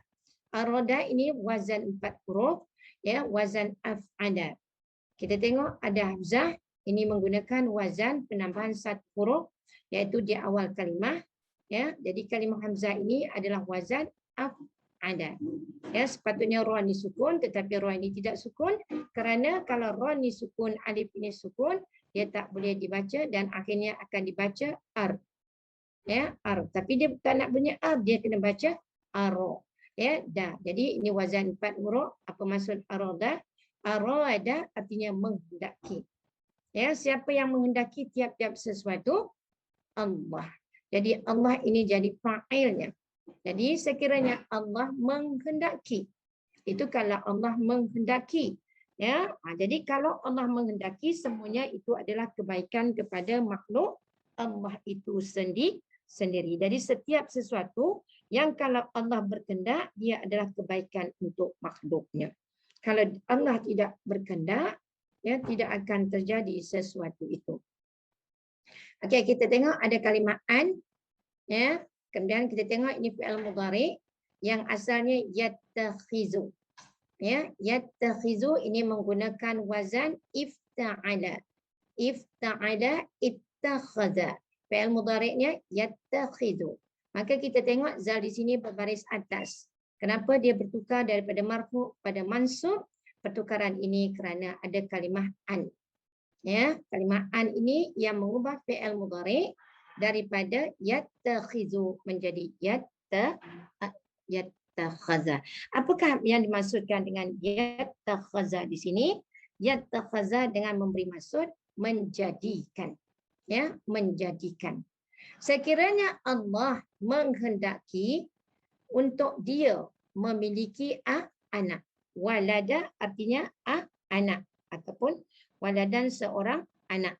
Ya, jadi Allah menyatakan di sini pada ayat yang keempat, sekiranya Allah berkehendak mengambil, dia mengambil apa? Waladan. Ya, waladan ni berbaris atas. Jadi kalimah fa'il, kemudian jumpa kalimah isim, mana tanda isim, ni baris 2 di atas dalam bentuk isim nakirah. Ya, waladan anak, seorang anak lelaki. Ya, seorang anak lelaki. Itu kalau Allah berkehendak. Kemudian Allah kata apa? Kalimah seterusnya jadi waladani adalah maf'ulun bih. Ya. Kemudian disambung dengan kalimah lastafa. Ya, lastafa itu adalah dua kalimah. Ya, dua kalimah iaitu lam taukid kemudian kalimah istafa. Ni lam ni ada sabdu kerana berlaku hukum idgham bila gunnah. Dan tanwin ini dal di atasnya ada tanwin masuk kepada huruf lam. Ya, masuk kepada huruf lam ini disebut idgham bila gunnah. Jadi bila kita masuk kepada huruf lam ini kita baca waladan. Jangan tebalkan kerana dal dan lam ini kedua-duanya sifatnya nipis.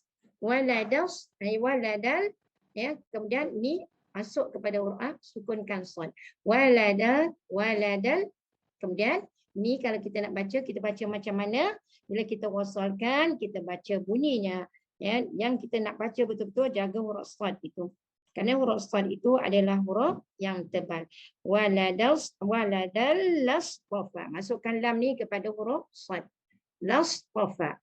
Apa maksud lastafa? Ya, kalau kita baca permulaan istafa. Ya, apakah maksudnya? Ya, maksudnya memilih. Ya, jadi kalau ada orang nama Mustafa, ya, artinya orang yang memilih. Ya, dipilih. Mudah-mudahan dia jadi hamba Allah yang terpilih melakukan kebaikan. Lalu disebut, ya, dia memilih. Siapa dia tu? Allah akan memilih mimma. Mimma ni dua kalimah. Ya, mana tadi? Mimma. Min. Jadi yang tak nampak adalah huruf nun yang telah dihazafkan. Kemudian jumpa lagi satu huruf ma. Min harfu jar, ma isim mansub. Pada kedudukan majrur tapi tak boleh majrur sebab isim mansub itu mabni. Ya, ya, mimma daripada apa yang. Ya, yakhluqu. Ini fi'lun mudhari. Ma mana yakhluqu? Yakhluqu dia menciptakan. Ya, dia menciptakan ma yasha. Jadi yang mana ma yasha, daripada apa yang dia kehendaki. Ya, jadi Allah menyatakan pada ayat yang keempat ini, ya, Allah bagi tahu kepada makhluk, ya, yang bernama manusia, sekiranya Allah hendak mengambil anak, tentu dia akan memilih apa yang dia kehendaki daripada apa yang telah diciptakannya. Tapi itu mustahil bagi Allah. Ya, kerana bila beranak Allah menyerupai makhluk. Kerana bila Allah itu beranak, Allah itu menyerupai makhluk. Bila Allah menyerupai makhluk, maka tidaklah dikatakan sifat kesempurnaan bagi Allah itu ialah tidak sama sekali Allah itu menyerupai makhluk. Jadi mustahil bagi Allah memiliki anak. Maka disambung dengan kalimah subhanah. Maha suci Allah. Ini hu ni adalah kembali kepada Allah. Subhanallah. Ya, ditukar dengan domer ha. Jadi ha ni kembali kepada Allah. Subhanallah, maha suci Allah. Ya, jadi Allah tu maha suci. Jadi jangan kita menjadikan Allah itu seperti makhluk. Kemudian disebut huwallah. Ya, huwallah, nampak kalimah isim domer. Ini domer munfasil. Huwallah, dialah Allah. Huwallah, dialah Allah yang bersifat dengan apa? Al-Wahidu. Apa maksud Al-Wahidu? Allah yang bersifat dengan esa. Esa artinya mustahil bagi Allah berlawanan dengan sesuatu. Ya, dan dialah Allah yang Maha Esa dan Al-Qahhar. Mana Al-Qahhar macam juga dengan Al-Aziz tadi. Al-Qahhar Maha Perkasa, Maha kuat, ya, Maha gagah. Qahhar, ya, Maha gagah, Maha perkasa. Ya, jadi bila Allah itu Maha kuat, Maha perkasa, Allah yang esa, mustahil bagi Allah memiliki anak. Mustahil bagi Allah memiliki anak seperti mana yang dituduh oleh hamba-hambanya yang mengatakan Allah itu memiliki anak. Ya, seperti mereka mengatakan Nabi Isa itu anak Tuhan. Kalau Nabi Isa itu anak Tuhan, berarti Allah sama sifatnya seperti makhluk. Ya, mustahil sama sekali. Okey, tengok apa yang dikatakan oleh Hamka pada ayat yang keempat ini. Dia kata, mana dia? Dia telah menciptakan, dia kata, akan segala sesuatu dia Maha berkuasa, iaitu pada kalimah, ya, Al-Qahhar tadi. Ya, yang di atas tu tadi saya dah bagi tahu, ya, saya dah cakap tadi, ya. Jadi kita tengok kalimah Al-Qahhar tadi, iaitu Allah itu Maha gagah, Maha perkasa, sehingga tiap-tiap sesuatu adalah di bawah pemerintah Allah, ya, ditundukkan oleh Allah, walau sebesar mana pun ciptaan Allah itu, semuanya taat patuh kepada perintah Allah. Ya, kita tahu sejak dan yang paling besar sampai kepada yang paling kecil, semuanya tertakluk kepada perintah Allah Subhanahu wa Ta'ala. Semuanya adalah mengikut peraturan Allah, kecuali ada dua golongan yang kadang-kadang dia mengikut perintah Allah dan kadang-kadang dia tidak mengikut perintah Allah. Siapakah mereka itu? Ialah jin dan manusia. Jin itu termasuklah iblis, syaitan dan jin. Ya, dan juga manusia. Manusia yang macam mana? Manusia yang tidak taat perintah Allah Subhanahu Wa Taala, walaupun dia tahu Allah itu akan memberi balasan di atas keingkaran mereka, ya, tetapi mereka tetap melakukan perkara yang dilarang oleh Allah, kerana itulah yang disebut mereka cuba bebas daripada perintah Allah, nak melakukan setiap sesuatu mengikut nafsu mereka. Jadi inilah orang yang akan kecewa di dunia dan sangat-sangat kecewa di hari akhirat nanti. Ya, jadi mudah-mudahan daripada surah Az-Zumar ayat 1 sampai ke 4 tadi, yang pertama diceritakan tentang Al-Quran. Ya, Allah menurunkan kitab suci Al-Quran untuk makhluknya yang bernama manusia, untuk makhluknya yang bernama jin dan manusia untuk mentaati perintah Allah, dan Allah beri penekanan kepada kalimah Al-Aziz, Al-Hakim. Ya. Kemudian tadi pada ayat yang keempat ditekankan kepada kalimah Al-Wahid dan juga Al-Qahhar. Ya, yang tu kita kena faham. Kemudian bila Allah turunkan kitab suci Al-Quran, Al-Quran itu benar-benar sebagai petunjuk kepada manusia. Jadi nak dapatkan petunjuk daripada Allah, wajib kita mengikut semua perintah Allah yang baik-baik, ya, dalam bentuk yang wajib, dalam bentuk yang sunat, dan setiap perbuatan itu mestilah dengan ikhlas kerana Allah. Ya. Kemudian Allah membagi tahu, menyatakan pada ayat yang ketiga tadi, ya, ayat yang ketiga tadi Allah mengatakan, ya, supaya kita benar-benar meyakini agama yang paling lurus, yang paling benar adalah agama Islam. Ya, dan Allah menyatakan tidak ada sesuatu pun yang boleh memberi perlindungan kepada manusia, ya, melainkan perlindungan itu, pertolongan itu semuanya datangnya daripada Allah, dengan sifat Allah yang maha memberi rahmat kepada hamba-hambanya. Ya, sifat Allah yang menyayangi hambanya, maka Allah senantiasa memberi perlindungan kepada hamba-hambanya. Dan seterusnya menyatakan pada kalimah, ya, jangan pula kita menyembah sesuatu yang menyekutukan Allah Subhanahu Wa Taala. Ya, pada kalimah ayat tadi Allah sebut illa liyuqarribuna, ya, illa kecuali Allah sebut liyuqarribuna.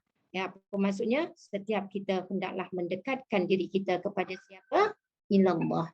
Dekatkan diri kita kepada Allah Subhanahu Wa Taala. Ya, zulfa. Ya, supaya setiap hari kita hidup tambah dekat kepada Allah. Bila kita tambah dekat kepada Allah, semakin kurang kita melakukan perkara yang membawa kepada kemaksiatan. Ya, dan setiap apa yang kita lakukan, Allah akan memutuskan. Innallaha yahkumu bainahum. Ya, keputusan Allah akan kita terima kerana Allah itu maha memberi keputusan yang paling adil bila di hari akhirat nanti. Fima hum, ya, di antara mereka Allah kata fihi yakhtalifun, kerana ada di antara kalangan hamba-hamba Allah di atas dunia ini, ada yang menyembah Allah, ada yang menyekutukan Allah, dan ada yang berselisih pendapat yang berbagai. Maka dengan sebab itulah Allah menyatakan innallaha la yahdi, ya, sesungguhnya hanya Allah yang memberi petunjuk. Tidak ada petunjuk selain daripada Allah. Man huwa kadzib, sesiapa yang mendustakan, merekalah orang-orang yang akan mendapat keputusan daripada Allah, ya, keputusan yang sangat adil, iaitu mereka akan dihumban ke neraka Allah Subhanahu Wa Taala. Kafar, iaitu orang yang benar-benar engkar perintah Allah Subhanahu Wa Taala. Jadi pada ketika ini pun kita takut tengok memang kadang-kadang ada yang dipamerkan dengan jelas, ya, perkara yang mungkar itu ditonjolkan di dalam, ya, dalam FB, ya, di dalam TikTok, dan apa TikTok apa benda saya sebut pun tak pandai, ya, ditunjukkan dengan nak mendapat populariti, ya, nak dapat populariti, nak cari populariti di dunia. Allahu Akbar, tak payah sangatlah, biar kita popular di hari akhirat nanti. Biar kita popular di langit, jangan popular di bumi. Bila kita popular di bumi, kita akan rasa riak. Tapi bila kita popular di langit, kita tak sedar. Tetapi hamba-hamba Allah mengenal kita di mana? Di langit. Dan insya-Allah apabila hamba-hamba Allah di langit itu kenal kita dengan sebab ya kita buat kerana Allah Subhanahu Wa Taala yang disebutkan tadi, ya jadilah orang yang khalis, insya-Allah kita jadi orang yang benar-benar menjadi hamba pilihan Allah Subhanahu Wa Taala yang tidak menyekutukan Allah, insya-Allah Allah senantiasa bersifat dengan sifat Maha Esa dan Allah senantiasa bersifat dengan sifat Maha Perkasa. Sama ada kita taat atau tidak perintah Allah, Allah tetap esa, Allah tetap perkasa. Jadi setakat itu dulu pertemuan kita pada petang ni. Mungkin ada persoalan, saya buka persoalan sebentar. Ya, sekejap, mungkin 1-2 minit kalau ada. Ya, kalau ada dipersilakan. Insya-Allah. Ya, ada tak? Ustazah, Ya, ni saya bolehkah kita simpulkan dalam ayat 1 hingga ke 4 tu merupakan satu penjelasan atau pencerahan kepada surah Al-Fatihah khususnya daripada ayat Iyyaka na'budu. betul. Iaitu ayat yang diminta bila kita baca Iyyaka na'budu wa iyyaka nasta'in, seperti saya kata, adalah huraian daripada Iyyaka na'budu wa iyyaka nasta'in. Ya, akan dikau kami sembah, akan dikau kami mohon pertolongan. Jadi dihuraikan tadi nak minta pertolongan melalui kitab suci Al-Quran. Sebab kita tidak akan mampu menjadi hamba Allah yang mengenal Allah melalui melainkan kita benar-benar memahami Al-Quran. Dan kita tak mampu untuk mengikhlaskan diri kita berkata benar, ya, daripada menarik lidah kita berkata dusta, melainkan apa yang kita pelajari daripada Al-Quran, Allah menuntut hambanya ikhlaskan bila berkata, ikhlaskan bila melakukan sesuatu, ikhlaskan niat kerana Allah. Ya, betul Tuan Haji, bagus. Ya, jadi perkongsian ilmu yang sangat baik. Ya, jadi terima kasih banyak-banyak Tuan Haji. Ya, benar-benar merumuskan kalimah yang kita disebut tadi. Iyyaka na'budu wa iyyaka nasta'in. Setiap sesuatu pastikan tauhidnya kepada Allah Subhanahu Wa Taala. Bagus. Ada lagi perkongsian? Mungkin boleh kalau tak nak tanya perkongsian, insya-Allah. Nah, ramai tu ha. Takkan tak ada idea? Tak ada. Lagi Tuan Haji nak share apa? Boleh kongsi sama? Kita lihat pada ayat 3 dan 4 tu, dia lebih tekan kepada kelompok Nasara yang menyatakan Trinitas. Betul kan? Ya, betul. Ya, yang mengatakan Allah itu memiliki isteri dan anak, kan? Tapi orang yang beriman, ya, mustahil itu sifat bagi Allah kita, kerana kita baca, kita memang rajin baca surah tu. Ya, surah itu pendek tetapi padat. Kita baca Bismillahirrahmanirrahim. Qul huwallahu ahad, Allahus samad, lam yalid wa lam yulad wa lam yakul lahu kufuwan ahad. Ya, itulah kalimah yang menjelaskan Allah itu tidak akan sama seperti makhluk. Ya, jadi mustahil Allah itu memiliki anak. Okey, bagus. Lagi Tuan Haji je, seorang aja. Yang lain mana perkongsian bersama? Ya, saya pun seorang-seorang je bercakap. Ya, mana Datin Aminah? Ya, keluarkanlah suara. Tak keluar suara pun. Ustazah nak tanya. Ya, saya insya-Allah. Tapi tak itulah. Yang apa? Masya-Allah, qadarullah, masya-Allah, af'al. Sama ke innalillah lain kan? Ya. Kalau kita sebut inna lillahi wa inna ilaihi raji'un, itu disebut kalimah istirja. Ya, istirja, pengembalian kepada Allah Subhanahu Wa Taala. Kalau kita sebut kalimah apa tadi? Masya Allah, kan? Qadarullah, masya-Allah, af'al. Itu adalah perbuatan daripada Allah. Setiap sesuatu Allah yang menghendaki. Masya Allah, kita tengok hebatnya Allah menciptakan. Tengok laut, Allah Akbar, cantiknya laut tu. Masya Allah. Qadrah Allah artinya Allah yang maha berkuasa. Daripada kalimah qudrah. Qudratullah. Ya, Allah yang maha berkuasa. Qudratullah. Mudhafun ilaihi. Ya, siapa yang maha berkuasa?